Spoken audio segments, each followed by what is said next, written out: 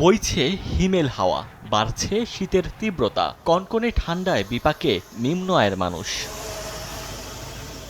গত কয়েকদিন দাপট কম থাকলেও বুধবার মধ্যরাত থেকে আবারও জেঁকে বসেছে শীত।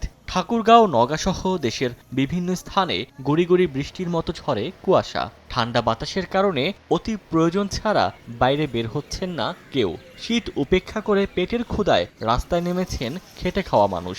কাজ না পেয়ে বিপাকে পড়ছেন তারা। প্রচন্ড বাতাস বইতেছে।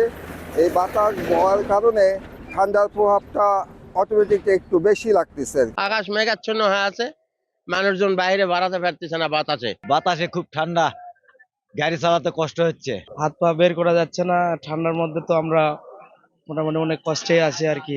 এদিকে মৌসুমের শুরুতেই শীতজনিত রোগীর চাপে হিমশিম অবস্থা হাসপাতালে। প্রতিদিনই ঠান্ডাজনিত নানা রোগ নিয়ে ভর্তি হচ্ছে বয়স্ক ও শিশু।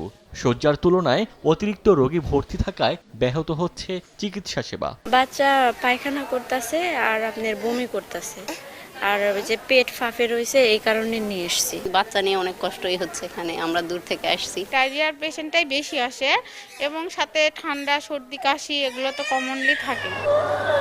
এ পরিস্থিতিতে অভিভাবকদের আরও সচেতন থাকার পরামর্শ দিয়েছেন চিকিৎসকরা। ওমর ফারুক, সময় সংবাদ।